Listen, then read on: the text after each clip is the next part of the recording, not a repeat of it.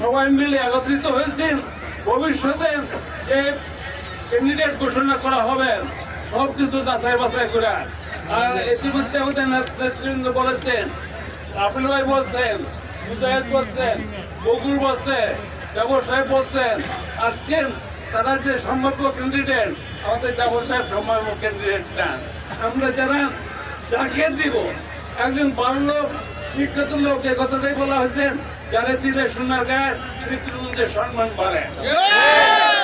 এখানে কোনো আমাদের দলের মধ্যে কেউ যদি কোনো রকম বিশৃঙ্খলা করার চেষ্টা করে, কেউ যদি কোনো অনিয়ম করার চেষ্টা করে, দলের যদি সুনাম নষ্ট করতে চায়, সেটা তার ইতিহাসে তার বিরুদ্ধে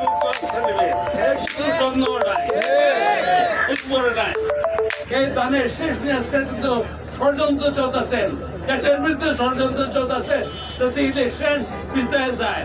আচ্ছা, সেই ষড়যন্ত্রের ব্যাপারে আমাদের ঐক্যবদ্ধ থাকতে হবে। যারা এটা করেন আপনারা মানে চিন্তা করতে পারবেন না তারা আর কিভাবে ষড়যন্ত্র করতেছেন।